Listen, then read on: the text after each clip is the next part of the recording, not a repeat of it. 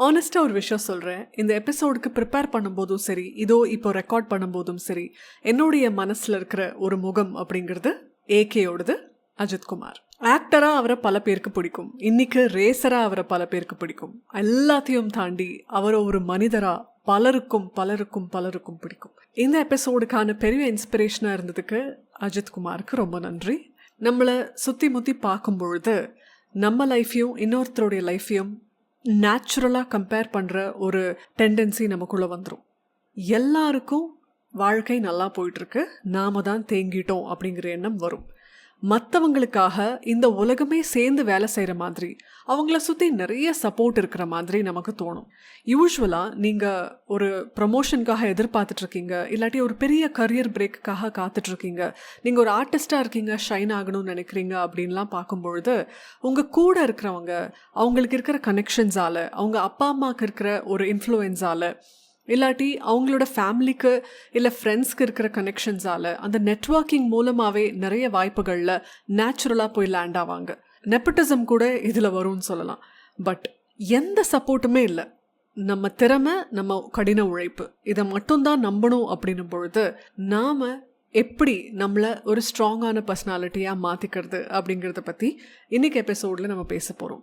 சப்போர்ட்டே இல்லாமல் கடின உழைப்பை மட்டுமே நம்புகிறவங்களுக்கு அவங்க எந்த விஷயத்துக்காக அந்த உழைப்பை போடுறாங்களோ அதோடைய கடினம் மட்டும் இல்லாமல் ஒவ்வொரு விஷயத்தையும் யோசிச்சு மைண்ட் லெவல்லையும் அவங்களுக்கு ஒரு பெரிய ஸ்ட்ரெஸ் அண்ட் ஹெவினஸ் இருக்கும்.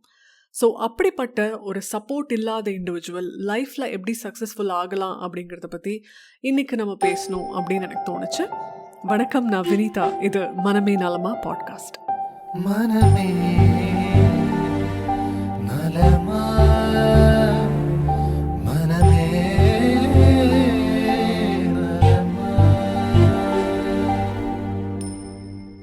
சரி, மற்றவங்களுக்கு கனெக்ஷன்ஸ் இருந்தால் என்ன, நமக்கு எதுவும் இல்லை, நம்மளே நம்பலாம், நம்ம உழைப்பை நம்பலாம் அப்படின்னு சொல்லி நம்ம முன்னாடி போயிட்டே தான் இருப்போம்.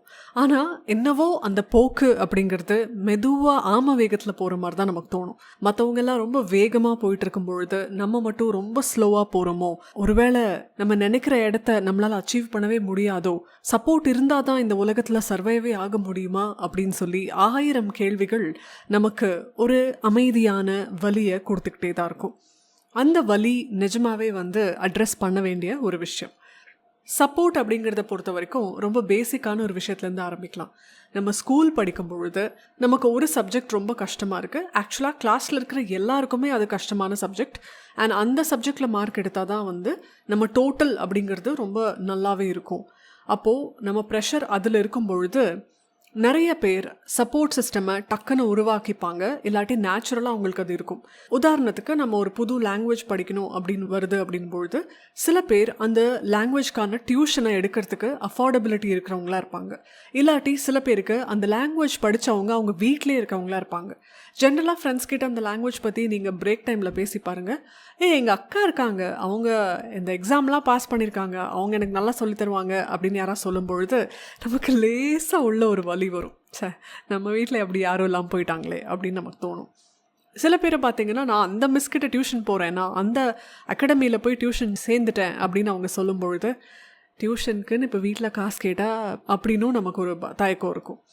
இந்த மாதிரி சப்போர்ட்டே இல்லாமல் போகும்பொழுது ஒரு முக்கியமான கேள்வி அப்படிங்கிறது ஒன்று இருக்குது. நாம் யார் அப்படிங்கிறத சொல்கிறதுக்கும் யாரும் இருக்க மாட்டாங்க. உதாரணத்துக்கு நமக்கு ஒரு டேலண்ட் இருக்குது, சின்ன வயசுலேயே நமக்கு அது இருக்குன்னா யாராவது சொன்னாதான் நமக்கு ரியலைஸ் பண்ண முடியும். சப்போர்ட் சிஸ்டம் இருக்கிறவங்களுக்கு நீ இதான்ப்பா, நீ இதில் சூப்பராக வருவேன்னு சொல்கிறதுக்கு ஆள் இருப்பாங்க. சப்போர்ட் சிஸ்டம் இல்லாத நமக்கு நம்ம என்ன பண்ணுறது? அப்போது நமக்கு ஒரு அடிப்படை கேள்வியே, நாம் யார் அப்படிங்கிறத யாரும் சொல்லாமல் நாம் தெரிஞ்சுக்க வேண்டிய ஒரு நிலைக்கு தள்ளப்படுறோம். நாம் ஏதோ பலவீனமாக இருக்கோம் அப்படின்னு நம்ம நினச்சிக்க தேவையில்லை. அது ஆக்சுவலாக நம்மளை தெளிவாக்குது அப்படின்னு தான் அர்த்தம்.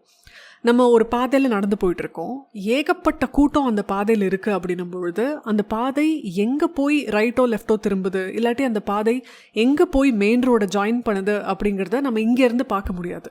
இதுவே அந்த பாதையில் யாருமே இல்லைன்னா இன்னும் எவ்வளோ தூரத்தில் நம்மளால் மெயின் ரோடுக்கு போக முடியுங்கிற பிக்சர் நமக்கு தெளிவாக தெரிஞ்சிடும். அந்த மாதிரி தான் நம்ம தனியாக இருக்கோம், நம்மளை பற்றி நம்ம யோசிக்கிறோம் அப்படின்னும் பொழுது கிளாரிட்டி அப்படிங்கிறது இன்னும் அதிகமாக தான் இருக்கும். ஸோ இது நமக்கு சொல்கிற முக்கியமான விஷயம்னா, சப்போர்ட் இல்லாதப்போ நம்மளை நாமளே கண்டுபிடிக்கிறதுக்கும் நம்மளை நாமளே வளர்த்துக்கிறதுக்கும் இன்னும் ஆழமான ஒரு வழியை நம்ம தேடுறோம் அப்படிங்கிறது தான் இதுக்கான அர்த்தம். கான்ஃபிடென்ஸ் உங்களுக்கும் எனக்கும் ரொம்ப தேவையான ஒரு விஷயம். இது இல்லாமல் நம்ம எத்தனை இடங்களில் கஷ்டப்பட்டிருக்கோம்னு நமக்கு தெரியும். பட் கான்ஃபிடென்ஸ் ரொம்ப ஈஸியாக சப்போர்ட் இருக்கிறவங்களுக்கு பில்ட் ஆயிரும், அதுவும் சின்ன வயசுலேருந்தே. நம்ம வீட்டில் இருக்கிற குழந்தைகளுக்கு நீ சூப்பராக பண்ணுற, நீ சூப்பராக பண்ணுற, நீ டேலண்டடாக இருக்க அப்படின்றதெல்லாம் சொல்லிகிட்டே இருக்கும்பொழுது அந்த கான்ஃபிடென்ஸ் வந்து நேச்சுரலாக வளர ஆரம்பிச்சிடும். இப்போ நல்லா பாடுற குழந்தைக்கு சின்ன வயசுலேருந்தே அந்த பேரண்ட்ஸ் அந்த என்கரேஜ்மெண்ட் கொடுக்கறனால தான் சிங்கிங் அண்ட் தன்னோட வாய்ஸ் மேலே ஒரு கான்ஃபிடென்ஸ் வருது. அதுக்கப்புறம் அவங்க ப்ராப்பர் ட்ரைனிங் எடுத்துகிட்டு ஒரு நல்ல சிங்கர் ஆகுறாங்க. பட் சின்ன வயசுலேருந்தே இது நல்லா இருக்குன்னு சொல்கிறதுக்கு யாரும் இல்லை. நாம் பண்ணுறது சரியா தப்பா, நல்லா இருக்கா நல்லா இல்லையான்னு யோசிச்சுக்கிட்டே இருக்க வேண்டி வரும்பொழுது நேச்சுரலாக நமக்கு ஒரு டவுட் அண்ட் இன்செக்யூரிட்டி தான் இருக்கும். டவுட் அண்ட் இன்செக்யூரிட்டி உள்ளே இருக்கும் பொழுது நம்ம ஒரு கான்ஃபிடென்ட் பர்சனாக நேச்சுரலாக நம்மளால் வெளியில் வர முடியாது. பட் அது ஒரு எண்ட் பாயிண்ட் கிடையாது. சின்ன வயசில் சப்போர்ட் சிஸ்டம்னால கான்ஃபிடென்ட்டாக இருந்தனால திடீர்னு தனியாக விடப்படும் பொழுது அதே லெவல் ஆஃப் கான்ஃபிடென்ஸ் அந்த நபருக்கு இருக்குமா அப்படிங்கிறது நம்ம யோசித்து பார்க்க வேண்டிய விஷயம்தான். பட் இதுவே சின்ன வயசுலேருந்தே நம்மளுடைய கான்ஃபிடென்ஸை நாம தான் சப்போர்ட்டே இல்லாமல் பில்ட் பண்ணியிருக்கோன்னா நம்ம பாதையே வித்தியாசமானது. எல்லா விஷயங்களையும் நாமே டெஸ்ட் பண்ணி அது சரியாக வருதா தப்பாக வருதான்னு யோசித்து அதோட ரிசல்ட் பார்த்து தோக்கும் பொழுது வலி அனுபவித்து ஜெயிக்கும் பொழுது அந்த சந்தோஷத்தை உணர்ந்து அதுக்காக நன்றி உணர்வோடு இருந்து நம்ம வளரும் பொழுது நம்மளுடைய கான்ஃபிடென்ஸ் லெவல் அப்படிங்கிறது வேறு மாதிரி இருக்கும். நான் ஏன் அஜித்குமாரை இந்த எபிசோடுக்கான இன்ஸ்பிரேஷன்னு சொன்னேன்னு இப்போ உங்களுக்கு கண்டிப்பாக புரிஞ்சிருக்கும்னு நினைக்கிறேன். இன்னொன்று, சப்போர்ட் அப்படிங்கிறது ப்ரெஷர் அப்படிங்கிறதுக்கான ஒரு காரணமாகவும் இருக்குது.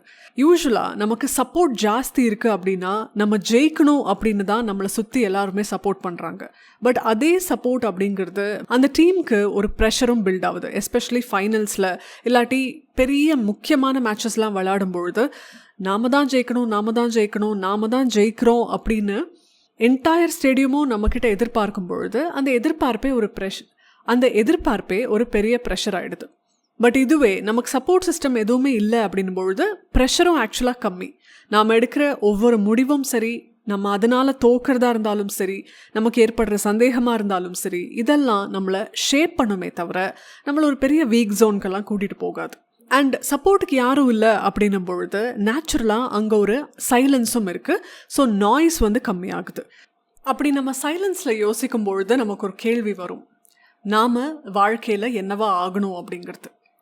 சப்போர்ட்டே இல்லாமல் நான் வாழ்க்கையில் எவ்வளோ பெரிய ஆளாக ஆயிருக்கேன் பாருன்னு மற்றவங்களுக்கு நிரூபிக்கணும் அப்படின்னு நினச்சாலும் சரி, என்ன சப்போர்ட் பண்ண யாரும் இல்லைல்ல, நான் இந்த உலகத்தில் என்னவா ஆய் காட்டுறேன் அப்படின்னு சொல்லி ஒரு வழியிலிருந்து அது வந்தாலும் சரி, இது ரெண்டுமே ரொம்ப கசப்பான விஷயம்தான். நாம் யாராக ஆகணும் அப்படிங்கிறது முழுமையாக நம்மளோட ஒரு ஆத்மார்த்தமான தீர்க்கமான முடிவாக இருக்கணுமே தவிர ஈகோவாலேயோ வலியாலேயோ பின்னப்பட்டதா அது இருக்க தேவையில்லை. அண்ட் இதை நான் முக்கியமாக அழுத்தி சொல்லணும்னு நினைக்கிறேன். ஈகோ ட்ராப்பில் மட்டும் என்றைக்குமே மாட்டிடக்கூடாது. ஏன்னா நம்மளோட ஈகோ ட்ராப்பை அட்டென்ஷன் எக்கானமியாக இந்த $1 பில்லியன் ஆப்ஸ்லாம் மாற்றிட்டுருக்கு. நமக்கு ஒருத்தர் மேலே இருக்கிற அபிமானத்தை கொண்டாடுறதுக்காக நாம் ஒரு போஸ்ட் போடுறோன்னா அந்த நபரை பிடிக்காதவங்க அதுக்கு எதிராக ஒரு போஸ்ட் போட்டு நமக்குள்ள இந்த ஒரு போர் ஆரம்பிக்குது. யாரை அசிங்கமாக திட்டணும், யாரை கேவலப்படுத்தணும் அப்படின்னு சொல்லி சேவேஜ் பண்ணுறது, மாஸ் காட்டுறது, இதெல்லாம் நம்ம பண்ண ஆரம்பிக்கிறதுனால நாம் ரொம்ப ரொம்ப சிறுமைப்படுத்தப்படுறோம் அப்படிங்கிறது நமக்கு தெரியறதே இல்லை. அற்பமான ஒரு விஷயத்துக்கு நம்ம சண்டை போட்டுட்ருக்கோம். நம்ம பொன்னான நேரம் இப்படி ஒரு கேவலமான விஷயத்துக்காக வீணாகணும் அப்படின்னு நம்ம யோசிக்கவே மாட்டேங்கிறோம். நமக்கு தேவையெல்லாம் அந்த நேரத்தில் நம்ம மாஸ் பண்ணிட்டோமா, அவனை காலி பண்ணோமா, சேவேஜ் பண்ணோமா, இதுதான். அண்ட் இந்த ஒரு ட்ரெண்ட் தான் நம்மளை அதிகமான நேரத்தை அற்பமான விஷயங்களில் செலவு பண்ண தள்ளிக்கிட்டே இருக்குது. அண்ட் இது மூலமாக பல கோடிகள் ப்ராஃபிட் பார்க்குறதுக்கு இந்த நிறுவனங்களும் ரொம்ப சந்தோஷமாக அதுக்கான வேலையை பார்த்துட்ருக்கு. ஸோ நம்மளோட பர்சனல் டேட்டா மட்டும் இல்லைங்க, நம்மளோட பர்சனல் எமோஷன்ஸும் இன்றைக்கி சேலில் இருக்குது அப்படிங்கிறத தயவு செஞ்சு ஞாபகம் வச்சுக்கோங்க. இப்போ ரொம்ப முக்கியமான ஒரு விஷயத்துக்கு வருவோம். சப்போர்ட் சிஸ்டமே இல்லை அப்படின்னும் பொழுது தன்னுடைய பாதையை தான் நிர்ணயிக்கணும் அப்படின்ற ஒரு ஸ்டேஜுக்கு வரும்பொழுது இந்த 2 விதமான சிக்கல்களில் நம்ம மாட்டுறதுக்கு வாய்ப்பு இருக்குது. முதல் சிக்கல் அப்படிங்கிறது விக்டிம் மென்டாலிட்டி. பார்த்தீங்களா என்னை சப்போர்ட் பண்ண யாருமே இல்லை அப்படின்னு நம்ம ஆரம்பித்தோன்னா பார்க்குறவங்க எல்லாருக்கிட்டேயும் அந்த கம்ப்ளைண்ட் தான் நம்ம பண்ணிகிட்ருப்போம். நம்ம வாழ்க்கையில் ஜெயிக்காமல் போனதுக்கு காரணம் நமக்கு சப்போர்ட் இல்லாதது தான் அப்படிங்கிறத ஒரு காரணமாக பிடிச்சிக்கிட்டு ஆக்சுவலாக நமக்கான திறமைகள் என்னவோ அந்த கெப்பாசிட்டிக்கு கூட நம்ம யூஸ் பண்ணாமல் ஒரு லேசியான மீனிங்லெஸ்ஸான ஒரு லைஃப்பை நம்ம வாழ்வோம். அது ஆக்சுவலாக இன்னும் நம்மளை ஒரு கசப்பான மனிதராக தான் மாற்றும். இன்னொரு மிகப்பெரிய ட்ராப் என்னென்னா, என்னை சப்போர்ட் பண்ண தான் யாரும் இல்லைல்ல, எனக்கும் யாரும் தேவையில்லை அப்படின்னு சொல்லி கம்ப்ளீட்டாக டிட்டாச் ஆகி விலகி வெட்டேர்த்தியாக யோசிக்கிறது. தனியாக இருந்தால் மட்டும்தான் நம்ம நல்லா இருப்போம், அதுதான் நம்மளோட ஸ்ட்ரென்த் அப்படின்னு சொல்லி நம்ம கம்ப்ளீட்டாக நம்மளை சுற்றி சுவர் எழுப்பிப்போம். அது ஒரு மிகப்பெரிய பிரச்சனை. நான் இந்த பவுண்ட்ரி செட்டிங் அப்படிங்கிற எபிசோடில் பேசும்போதே சொன்னேன், பவுண்ட்ரிஸ் அப்படிங்கிறது நம்மளை ப்ரொடெக்ட் பண்ணுறதுக்காக நம்ம அமைக்க வேண்டிய சின்ன வேலிகள். இதுவே நாம் நம்மளை சுற்றி மதில்களை எழுப்பிட்டோம் அப்படின்னா நமக்கும் இன்னொருத்தருக்குமான கான்டாக்டே கம்ப்ளீட்டாக கம்மியாயிடும். அதுதான் பெரிய பிரச்சனை. ஸோ நமக்கு சப்போர்ட் இல்லைன்னு நினைக்கும் போது நீங்கள் விக்டிமாவும் உங்களை யோசிக்க தேவையில்லை, இந்த உலகத்தில் நமக்கு யாரும் வேண்டாம் அப்படின்னு யோசிக்கவும் தேவையில்லை. இந்த ரெண்டுமே நமக்கு தான் பிரச்சனையாக முடியும். சப்போர்ட்டே இல்லாமல் இவ்வளோ நாள் நம்ம என்ன பண்ணிட்டு இருந்தோம் அப்படின்னு யோசிக்கும் பொழுது நம்ம லைஃப்பில் பெருசாக வளரவே இல்லையே அப்படின்னு தான் நமக்கு தோணும். ஏன்னா கனெக்ஷன்ஸ் இருந்தவங்க, சப்போர்ட் இருந்தவங்கலாம் வேகமாக முன்னேறி போயிட்டாங்க அப்படின்னு தான் தோணும். பட் ஆக்சுவலாக நம்ம அச்சீவ்மெண்ட்ஸாக, மைல்ஸ்டோன்ஸாக பார்க்க வேண்டிய விஷயங்கள் என்னன்னு நான் இப்போ உங்களுக்கு சொல்கிறேன். யாருடைய கைடன்ஸும் இல்லாமல் நீங்கள் முடிவெடுக்க தெரிஞ்சவங்களா இருந்தீங்க. முடிவெடுக்கிறது அப்படிங்கிறது ஒரு மிகப்பெரிய ஸ்கில். அதை நீங்கள் பண்ணியிருக்கீங்க அப்படின்னா உங்களுக்கு மிகப்பெரிய ஒரு வாழ்த்தை தெரிவிச்சுக்கிறேன். இன்னொரு முக்கியமான ஸ்கில் இருக்குது. நாமளே சப்போர்ட் இல்லாமல் பண்ணதுனால நிறைய விஷயத்தில் தோற்று போயிருக்கோம், நிறைய விஷயத்தில் நம்ம நினச்ச வெற்றியை பெறாமல் போயிருக்கோம். ஆனாலும் தொடர்ந்து முயற்சி செஞ்சுட்டு இன்னைக்கு வரைக்கும் நம்ம ப்ராசஸ் தொடருது. அதுக்கு மிகப்பெரிய ஒரு வாழ்த்து. மூணாவது, எத்தனை டவுட்ஸ் வந்தாலும் சரி எப்படியோ ஒரு வழியை கண்டுபிடிச்சிருக்கோம். அதுவும் ஒரு மிகப்பெரிய ஸ்கில். ஸோ நம்ம ஆட்டோமேட்டிக்காக நம்ம வாழ்க்கைக்கு தேவையான முக்கியமான ஸ்கில்ஸை சப்போர்ட்டே இல்லாமலும் வளர்த்துட்டு தான் வந்திருக்கோங்கிறத இதை ஒரு ரிமைண்டராக வச்சுக்கோங்க. சரி, இப்போ முக்கியமான கேள்விக்கு வரலாம். சப்போர்ட் இல்லாமல் நம்ம ஜெயிக்கவே முடியாதா அப்படின்ற ஒரு கேள்வி வரும். ஆனால் அது முக்கியம் கிடையாதுங்க. சப்போர்ட்டே இல்லைனாலும் நாம் யாராக உருவாகிக்கிட்டு இருக்கோம் அப்படிங்கிறது தான் முக்கியமான கேள்வி. இப்போ தான் நீங்கள் லைஃப்பில் என்னெல்லாம் ஸ்கில்ஸ் பில்ட் பண்ணீங்கன்றதை நான் உங்களுக்கு ஞாபகப்படுத்தியிருக்கேன். அந்த ஸ்கில்ஸை ஒரு ஃபவுண்டேஷனாக வச்சு உங்களுடைய வாழ்க்கையை நீங்கள் மென்மேலும் கட்டமைச்சுக்கோங்க. அஜித்குமார் தான் இந்த எபிசோடுக்கான இன்ஸ்பிரேஷன் அப்படிங்கிறதுனால அவரோட லைஃப் ஸ்டோரியவே நம்ம ஒரு எக்ஸாம்பிளாக வைக்கலாம். ஆக்டிங் அப்படின்ற இந்த மாபெரும் இண்டஸ்ட்ரியில் தனக்குன்னு சப்போர்ட் பண்ண யாருமே இல்லை. தன்னை சுற்றி கனெக்ஷன்ஸால் பல பேர் வளர்ந்துட்டுருக்காங்கன்றது மட்டும் இல்லை, அந்த கனெக்ஷன்ஸால் இவருடைய வாய்ப்புகளையும் திருடிட்டு இருந்தாங்க அப்படிங்கிறதையும் ரியலைஸ் பண்ணும்போது தான் இந்த இண்டஸ்ட்ரியில் சப்போர்ட் எவ்வளோ முக்கியம் அப்படின்னு அவருக்கு தெரிஞ்சுது. ஆனாலும் அவர் தன்னுடைய பாதையை தானாக செதுக்க ஆரம்பித்தார். பில்லா படத்தோடைய அந்த டயலாக் ஏன் எல்லாருக்கும் அப்படி ஒரு கூஸ்பம்ஸ் கொடுக்குற டயலாக் அப்படின்னா அது அஜித்தோட ரியல் ஸ்டோரியை பிரதிபலிக்கக்கூடிய பவர்ஃபுல்லான லைன்ஸாக இருக்குது. என்னுடைய வாழ்க்கையில் ஒவ்வொரு நாளும், ஒவ்வொரு நிமிஷமும், ஒவ்வொரு நொடியும் நானாக செதுக்குனது அப்படின்னு அவர் சொன்னதுக்கான காரணம் என்னென்னா ஆக்சுவலாக அதுதான் நடந்திருக்கு. பட் அப்படிப்பட்ட ஒரு மனிதர் தன்னுடைய லைஃப்பில் என்னவா ஆயிருக்காரு, என்ன உருவாக்கியிருக்காருன்னு பாருங்கள். அந்த வேல்யூஸ் தான் நம்ம ஏகேயோட லைஃப்லேருந்து எடுத்துக்க வேண்டியதுன்னு நான் நினைக்கிறேன். ஆஸ் அ பர்சனாக உங்கள் வேல்யூஸ்னாலேயே நீங்கள் மதிக்கப்படுற ஒரு நபராக மாறணுங்கிறது தான் ஏகேக்கிட்டேருந்து எப்போவுமே நம்ம எடுத்துக்க வேண்டிய ஒரு மிகப்பெரிய விஷயம். சரி, இப்போ ப்ராக்டிக்கலான சில விஷயங்களுக்கு வருவோம். நம்மளை சுற்றி சப்போர்ட்டே இல்லை, நம்மளை தூக்கி விடுறதுக்கு யாருமே இல்லை அப்படின்னு நமக்கு தெரிஞ்சிருச்சு. இப்போ இந்த உண்மையை அக்செப்ட் பண்ணிக்கலாம். ஏன்னா இந்த உண்மையை அக்செப்ட் பண்ணுறது மூலமாக நம்ம இன்னும் ஃப்ரீ ஆகிக்கலாம். சரி, அதுக்காக நம்மளை சுற்றி யாருமே இல்லாமல் தனியாக தான் நம்ம கடந்து போகணுமா? அவசியம் இல்லை. சின்ன அழகான உறவுகளை வளர்த்துக்கலாம். இந்த உறவுகள் கூட நம்ம பர்சனல் லைஃபோட எமோஷ்னல் எக்ஸ்பீரியன்ஸை ஷேர் பண்ண தேவையில்லை. பட் அவங்க கூட ஒரு மைக்ரோ அலையன்ஸை நம்ம உருவாக்கிக்கலாம். உதாரணத்துக்கு 36 வயது நிலை படத்தில் ஜோதிகாக்கும் அந்த பாட்டிக்கும் இருக்கிற ஒரு சீன் நீங்கள் யோசிச்சு பாருங்கள். பஸ்ஸில் தான் அவங்க 2 பேரும் பார்த்து பழகி அப்பப்போ சின்ன சின்ன விஷயங்களை பேசி ஃப்ரெண்ட்ஸாக இருப்பாங்க. அவங்க வந்தால் இவங்க சீட் பிடிச்சி வைப்பாங்க, அவங்களுக்காக இவங்க இடம் கொடுப்பாங்க. அந்த மாதிரி இவங்க 2 பேருக்குள்ளே இந்த சின்ன அழகான ரயில் ஸ்நேகிதம் மாதிரி ஒரு பஸ் ஸ்நேகிதம் அப்படிங்கிறது பின்னாடி இன்னும் கொஞ்சம் டீப்பாக போகும் ஜோதிகா அவங்களோட வீடு தேடி போகும்பொழுது. ஸோ அதுக்கப்புறம் அவங்க மூலமாக ஜோதிகாவுக்கும் ஒரு அழகான வாய்ப்பு கிடைக்கும் அந்த கல்யாணத்துக்கான காய்கறிகள் உருவாக்குறது மூலமாக. ஸோ இது ஒரு சின்ன அலையன்ஸ் தான். பட் அந்த சின்ன அலையன்ஸ் மூலமாக இந்த 2 பேருடைய வாழ்க்கையிலும் ஒரு அழகான பந்தம் உருவாச்சு இல்லையா? அந்த மாதிரி நாம் சின்ன சின்ன பந்தங்களை உருவாக்கிக்கலாம். அது நம்ம நெய்பராக இருக்கலாம், இல்லாட்டி நம்ம அடிக்கடி போகிற காஃபி ஷாப்பில் இருக்கிறவங்களா இருக்கலாம். சின்ன சின்ன நட்புகளை உருவாக்கிக்கிறது தப்பில்லை. அண்ட் இன்னைக்கு ட்ரெண்டுக்கு நிறைய கம்யூனிட்டிஸ் உருவாயிட்டிருக்கு. நம்மளை மாதிரி யோசிக்கிற ஒரு கம்யூனிட்டி நம்மளை சுற்றி இருந்துச்சு அப்படின்னா நிச்சயமாகவே நமக்கு மாரலாக ஒரு நல்ல சப்போர்ட்டாக அது இருக்கும். இன்னும் டீப்பாக நீங்கள் சப்போர்ட் எதிர்பார்க்குறீங்க அப்படின்னா நீங்கள் லைஃப் கோச்சஸ் கிட்ட போகலாம். லைஃப் கோச்சிங் மட்டும் இல்லாமல் உங்கள் வாழ்க்கையில் ஒவ்வொரு ஆஸ்பெக்ட்டுக்கும் நீங்கள் ஒரு மென்டாரை தேடிக்கலாம்.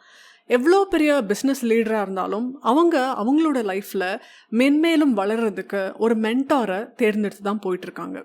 லீடர்ஷிப் கோச்சஸ் இருக்காங்க, ஃபினான்ஸ் கோச்சஸ் இருக்காங்க, வெல்னஸ் கோச்சஸ் இருக்காங்க. இந்த மாதிரி நம்ம லைஃப்பில் எந்த ஆஸ்பெக்டில் நமக்கு சப்போர்ட் தேவைன்னு நினைக்கிறோமோ இந்த கோச்சஸ் கிட்ட போய் நாம் அவங்களோட கைடன்ஸை எடுத்துக்கலாம். அஃப்கோர்ஸ் அது பெய்டு சர்வீஸ் தான். ஸோ பெய்டு சர்வீஸாக இருக்கிறதுனாலேயே நம்ம ப்ரொஃபஷ்னலான சர்வீஸ் எதிர்பார்க்கலாம். அண்ட் நமக்குள்ள வேற எந்த கமிட்மெண்ட்ஸும் கிடையாது. 3ஆவதாக நம்ம யோசிக்க வேண்டிய விஷயம் என்னென்னா, நம்ம ஃப்யூச்சர் செல்ஃபை ப்ரொடெக்ட் பண்ணுறதுக்கு நம்ம பாஸ்ட் செல்ஃபை நம்ம யூஸ் பண்ணலாம். உதாரணத்துக்கு இன்னும் ஒரு 30 வருஷத்தில் உங்களுக்கு ஹெல்த் சம்மந்தப்பட்ட பிரச்சனைகள் வர வாய்ப்பு இருக்குது. ஏன்னா ஏஜ் காரணமாக எல்லாருக்கும் அது வரும். இன்றைக்கி இருக்கிற எனர்ஜி 30 வருஷம் கழித்து நமக்கு இருக்க வாய்ப்பு கிடையாது. ஸோ அந்த 30 வருஷம் கழித்து நாமளே சப்போர்ட் பண்ணிக்கணும்னா நம்ம இன்னையிலேருந்தே அதுக்கான இன்வெஸ்ட்மெண்ட் பண்ண ஆரம்பிக்கணும். எஸ், நல்லா எக்ஸசைஸ் பண்ணுறது, நல்ல உணவாக சாப்பிட்றது, நம்ம உடம்பை நல்லா பார்த்துக்கிறது மூலமாக நம்ம ஃப்யூச்சர் செல்ஃப்க்கு நாம் இன்றைக்கி ஒரு பெரிய உதவியை க்ரியேட் பண்ணிகிட்ருக்கோன்னு அர்த்தம்.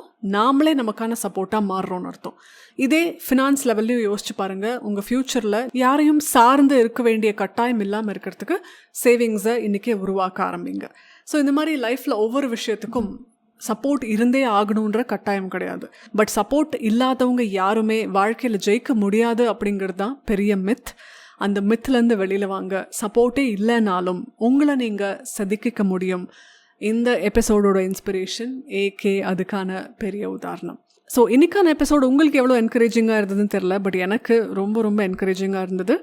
நம்ம ஃப்யூச்சர் செல்ஃப்கான சப்போர்ட்டாக நாமளே இருக்க முடியும்னு நினைக்கும் பொழுது ஆக்சுவலாக ப்ரௌடாகவும் இருக்குது. Let's work towards that. And மறுபடியும் அடுத்த மனமே நலமா எபிசோடில் நான் உங்களை சந்திக்கிறேன். நன்றி.